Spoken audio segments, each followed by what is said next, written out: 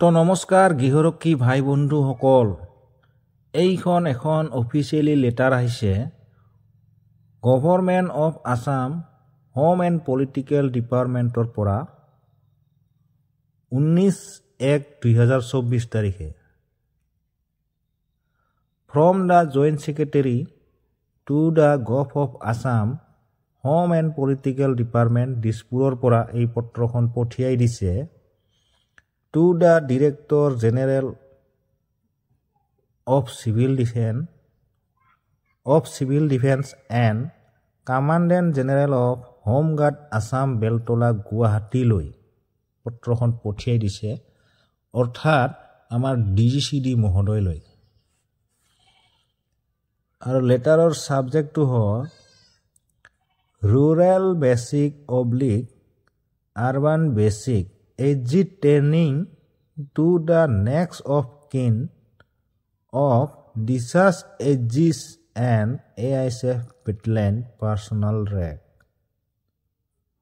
অৰ্থাৎ বিষয়টো হ'ল গাঁও আৰু নগৰ অঞ্চলৰ মৃত গৃহৰক্ষী আৰু AISFৰ বেটেলিয়নৰ আত্মীয়সকলক গৃহৰক্ষীৰ বেসিক প্ৰশিক্ষণটো দিয়াৰ বাবে অনুৰোধ কৰিছে বা আবেদন জনাইছে। আৰু লেটাৰ নাম্বাৰটো ইমান আৰু তলত লিখিছে Sir, I inviting a reference to your letters on the subject credit above.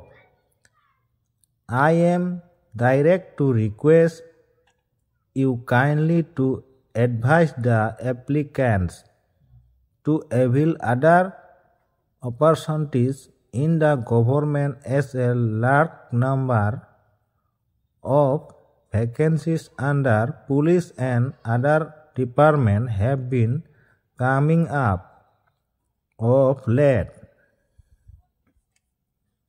অৰ্থাৎ কৈছে কি মহাশয়, ওপৰৰ উল্লেখ কৰা বিষয়টোৰ ওপৰত আপোনাৰ পত্ৰসমূহৰ উল্লেখ আমন্ত্ৰণ জনোৱাত আৰক্ষী আৰু অন্যান্য বিভাগৰ অধীনত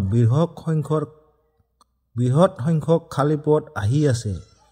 শেহতীয়াকৈ চৰকাৰৰ অন্যান্য সুযোগৰ সুবিধা ল'বলৈ আবেদনকাৰীসকলক পৰামৰ্শ দিবলৈ আপোনালোকক সদয়ভাৱে অনুৰোধ কৰিবলৈ নিৰ্দেশ দিয়া হৈছে। তো যোৱা বছৰ সদৌ অসম স্বেচ্ছাসেৱক কল্যাণ সন্থাই এটা দাবী কৰিছিল যে মৃত গৃহৰক্ষী আত্মীয়সকলৰ গৃহৰক্ষীৰ প্ৰশিক্ষণটো দিবলৈ চৰকাৰক অনুৰোধ কৰিছিল। তো তাৰে ফলস্বৰূপে এইখন ওলোৱা যেন লাগিছে। তো কেনেকুৱা পালে এই লেটাৰখনৰ আপডেটটো পাই কমেণ্ট কৰি জনাব আৰু ভাল লাগিলে ভিডিঅ'টো লাইক কৰি শ্বেয়াৰ কৰি দিব আৰু চেনেলটো নতুন হ'লে ছাবস্ক্ৰাইব কৰিব। ধন্যবাদ।